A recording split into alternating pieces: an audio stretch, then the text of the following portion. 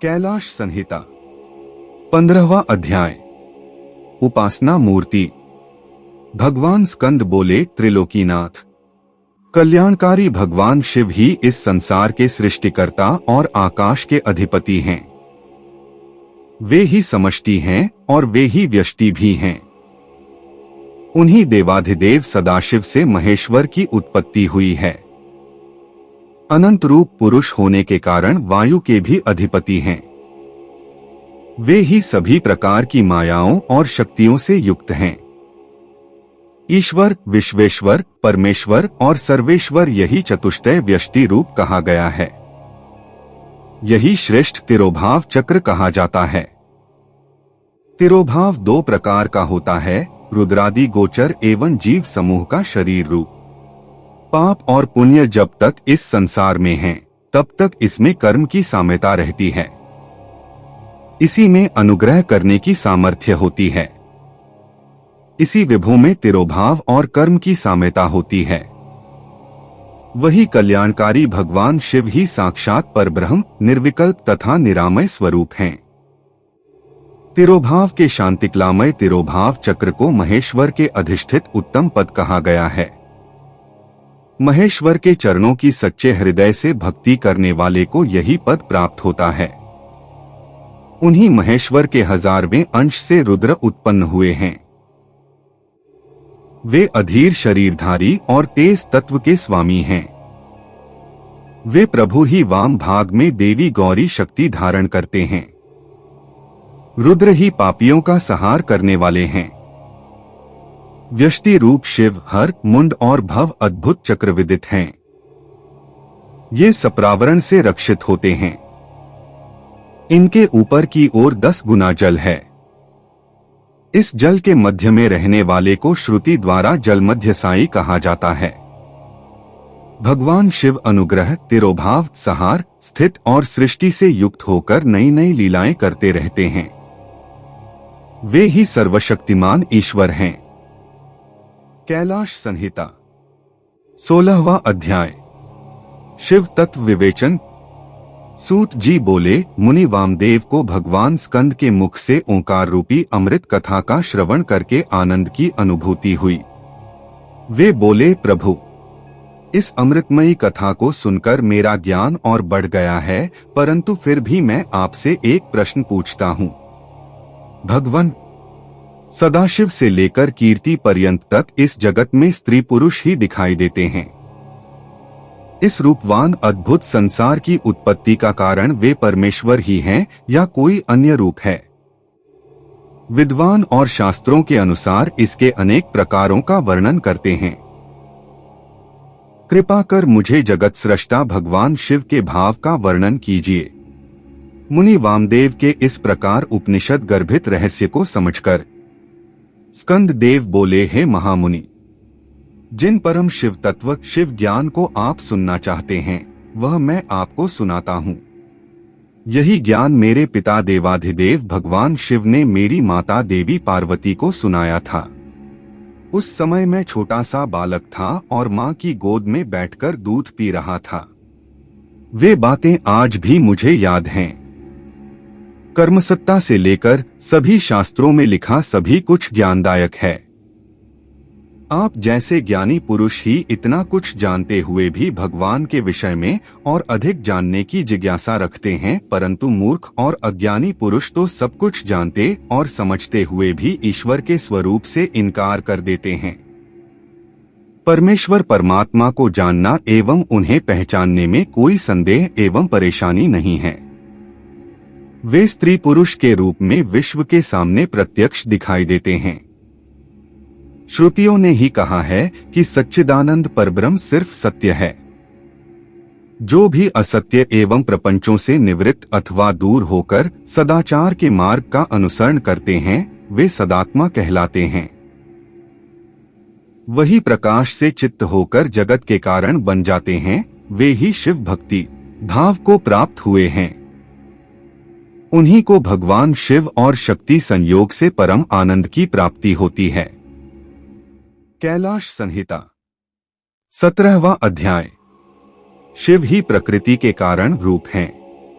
वामदेव जी बोले, भगवन, पूर्व में आपने ही प्रकृति के नीचे नियति और ऊपर पुरुष बताया था, फिर आज आप यह क्या कह रहे हैं? प्रभु, मेरा संशय दूर कीजिए। तब मुनि वामदेव जी के वचन सुनकर स्कंद जी बोले, हे मुने, अद्वैत सेवावाद में द्वैत सेवावाद का कोई समावेश नहीं होता। यह नश्वर और अविनाशी है। भगवान शिव ही सच्चिदानंद स्वरूप वाले परम ब्रह्म हैं। इन्हीं त्रिलोकीनाथ कल्याणकारी शिव को ही सर्वज्ञ, सबका कर्ता एवं त्रिवेदों का उत्पादक कहा जाता है। वे सर्वेश्वर शिव ही अपनी माया और इच्छा के अनुरूप संकुचित रूप धारण कर पांचों कला में निपुण पुरुष हो गए हैं। वे ही भोक्ता हैं, जो कि प्रकृति के सभी गुणों को भोगने वाले हैं। वे ही समष्टि और चित्त प्रकृति तत्व के स्वामी हैं। प्रकृति के गुण सत्व से उत्पन्न हुए हैं। गुणों से बुद्धि और बुद्धि से ही अहंकार की उत्पत्ति होती है। तब उससे तेज और उससे मन, बुद्धि और इंद्रियों की उत्पत्ति हुई है। मन के रूप को संकल्प विकल्पात्मक कहा गया है। बुद्धि, इंद्रिय, कान, त्वक, चक्षु, जिह्वा, शब्द, रूप, स्पर्श, रस, गंध प्रवृत्ति को बुद्धि और इंद्रियों में श्रोत का क्रम कहा गया है। वैचारिक अहंकार से कर्मेंद्रियों की उत्पत्ति हुई है, जिन्हें मुनियों ने सूक्ष्म कहा है। फिर तन्मात्राएं और शब्द के रूप हुए, जिनसे आकाश, वायु, अग्नि, जल और पृथ्वी की उत्पत्ति हुई। ये ही पंचमहाभूत कहलाते हैं। शब्दादि रूप, रस, गंध उनकी तन्मात्राएं कहलाए। आकाश, वहन, पाचन, वेग आदि पांच महा कहलाए। इस प्रकार स्कंद जी का वेदांत युक्त वचन सुनकर मुनि वामदेव बहुत प्रसन्न हुए और हाथ जोड़कर पृथ्वी पर लेटकर उन्हें दंडवत प्रणाम करने लगे। उनके चरणारविंदों में उन्हें परम तत्व ज्ञान प्राप्त हो गया था। कैलाश संहिता 18वां अध्याय।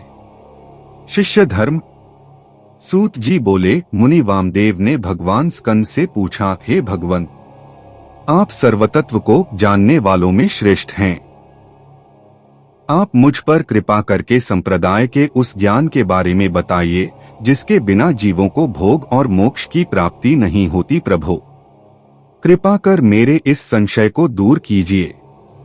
तब वामदेव जी के इन वचनों को सुनकर स्कंद देव बोले, मुनीश्वर, अब मैं आपको एक परम गुप्त तत्व के बारे में बताता हूँ।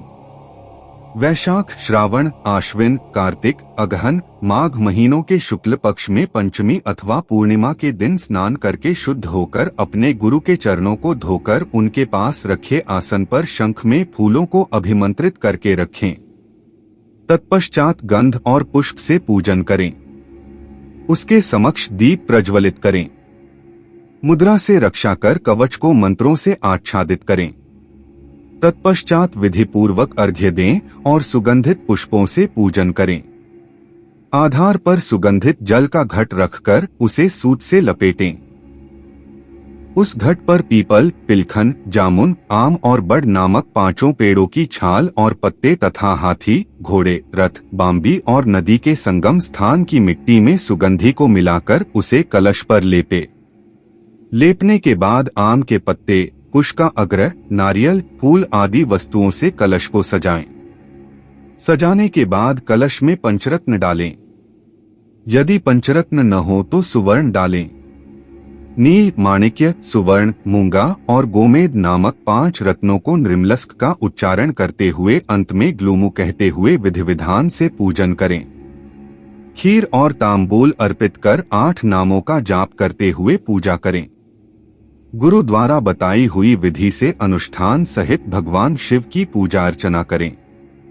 फिर गुरु को अपने शिष्य को ह सोहम मंत्र का उपदेश देना चाहिए। उपदेश के बाद भस्म का ज्ञान प्रदान करना चाहिए। उस समय गुरु को अपने मन में यही विचार करना चाहिए कि मैं ही शिव हूँ।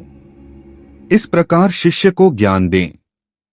कैलाश संहिता 19वां अध्याय। योगपट वर्णन।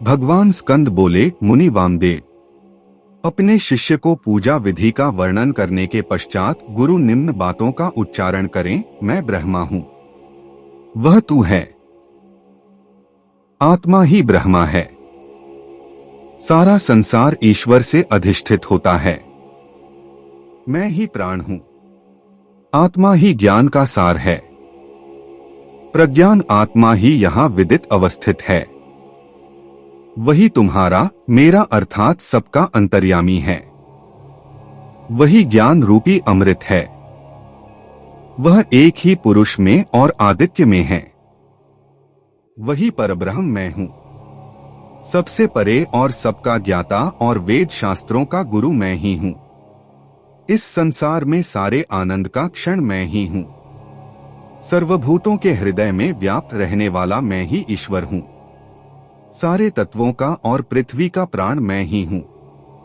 मैं ही जल और तेज का प्राण हूं, आकाश और वायु का प्राण मैं हूं, मैं ही त्रिगुण का प्राण हूं, मैं ही अद्वितीय और सर्वात्मक हूं, यह सब ब्रह्म रूप है, मैं ही मुक्त स्वरूप हूं, इसलिए मेरा ध्यान करना चाहिए। इस प्रकार भगवान स्कंद ने वामदेव जी से योगपट का वर्णन किया। कैलाश संहिता 20वां अध्याय। क्षौर एवं स्नान विधि। भगवान स्कंद बोले, हे मुनीश्वर, अब मैं आपको यतियों को शुद्धि प्रदान करने वाले क्षौर और स्नान की विधि बताता हूँ। जब शिष्य योग पद को प्राप्त हो जाए तब व्रत करने से पूर्व क्षौर करना चाहिए। गुरु को नमस्कार कर उनकी आज्ञा से क्षौर कराएं। फिर नाई के कपड़े को मिट्टी और जल से धुलाएं। फिर शिव नाम का उच्चारण करते हुए हाथ की अनामिका और अंगूठे को अभिमंत्रित करें। आंखें बंद कर मंत्र का उच्चारण करें और दाहिनी ओर से क्षौर कराएं। आगे से पीछे की ओर सिर मुड़वाएं और फिर मूछें भी साफ कराएं और नाखून काट लें। तत्पश्चात नदी में 12 डुबकी लगाकर स्नान करें। बेल, पीपल या तुलसी के नीचे की मिट्टी लेकर उसका प्रोक्षण कर अभिमंत्रित करें। उस मिट्टी के 3 भाग करें। एक भाग से 12 बार हाथ मलकर साफ करें। दूसरे भाग की मिट्टी को सिर से मुंह तक लेप करके 12 बार जल में डुबकी लगाएं। फिर 16 बार कुल्ला कर 2 बार आचमन करें। बची हुई मिट्टी का पूरे शरीर पर लेप करें। मन में ओंकार का भक्तिपूर्वक जाप करते हुए 16 बार प्राणायाम करें। फिर ज्ञान देने वाले गुरु का ध्यान करते हुए 3 बार साष्टांग प्रणाम करें। तत्पश्चात तीर्थ स्थान के जल में डुबकी लगाते हुए त्रिलोकीनाथ कल्याणकारी भगवान शिव का स्मरण करें। वे देवाधिदेव महादेव ही संसार को तारने वाले हैं। वे ही सबका कल्याण करते हैं। इस प्रकार मैंने आपको स्नान की पूर्ण विधि बताई। नमः शिवाय। ओम नमः शिवाय। शिव पुराण श्री कैलाश संहिता 21वां अध्याय। योगियों को उत्तरायण प्राप्ति। मुनि वामदेव बोले, हे भगवान स्कंद जी, मैंने सुना है कि योगियों का दाह कर्म नहीं किया जाता, उन्हें तो शुद्ध भूमि में स्थापित कर दिया जाता है। क्या यह सच है? तब मुनिवर के प्रश्न का उत्तर देते हुए असुर निकंदन स्कंद जी बोले, हे मुनिवर, यह प्रश्न एक बार महान शिव योगी भृगु ने स्वयं सर्वज्ञ त्रिलोकीनाथ भगवान शिव से किया था। उस समय जो शिवजी ने बताया था वही मैं तुम्हें बताता हूँ। यह परम ज्ञान सब साधारण मनुष्यों के लिए नहीं है। इस ज्ञान को शांतचित्त वाले परम शिव भक्त शिष्य को ही बताना चाहिए, क्योंकि महाधैर्यवान योगीजन ही समाधि अवस्था को प्राप्त कर सकते हैं और वे ही शिव रूप से परिपूर्ण होते हैं। परंतु जो योगी मुनि अपने चित्त अर्थात मन को स्थिर करने में असमर्थ होते हैं और जल्द ही अधीर हो उठते हैं, जिन्हें समाधि की अवस्था का ज्ञान प्राप्त नहीं है, ऐसे योगियों को गुरु मुख से शिवजी का ज्ञान जानकर ध्यान करना चाहिए। प्रतिदिन प्रणव मंत्र का जाप करें और भगवान शिव का स्मरण करें, तभी योगीजनों को उत्तरायण की प्राप्ति होती है। कैलाश संहिता 22वां अध्याय। एकादशी पद्धति। भगवान स्कंद बोले, मुनिवर, अब मैं आपको एकादशी विधि बताता हूँ। एक वेदी को लीपकर 5 मंडल बनाएं और उसमें 5 देवताओं की पूजा करें। भगवान शिव सर्वेश्वर हैं। उनकी कृपा से ही सब कार्य सिद्ध होते हैं, इसलिए हमें उनकी कृपा को नहीं भूलना चाहिए। भगवान शिव का स्वरूप मानकर शिवात्म देवताओं का ध्यान करके उनके चरणों में शंख के जल को समर्पित करें। ओम भूर्भुवः स्वः मंत्र का जाप कर धूप दीप से प्रदक्षिणा कर नमस्कार करें।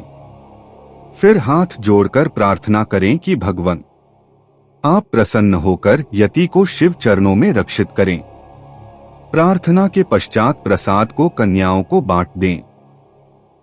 इसके पश्चात यति का पावन श्राद्ध करें, क्योंकि यति का एकादिष्ट श्राद्ध नहीं होता।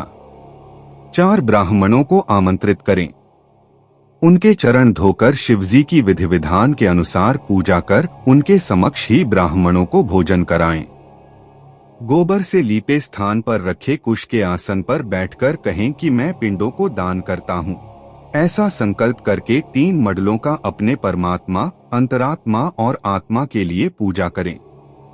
मन में यह विचार करते हुए कि हमने आत्मा को पिंड दिया है, पिंड दान करें। कुश से जल छिड़ककर प्रदक्षिणा और नमस्कार करें। तत्पश्चात ब्राह्मणों को दक्षिणा दें। ऐसा करने के बाद रक्षा के लिए श्रीहरि विष्णु की महापूजा करें और नारायण को बलि दें।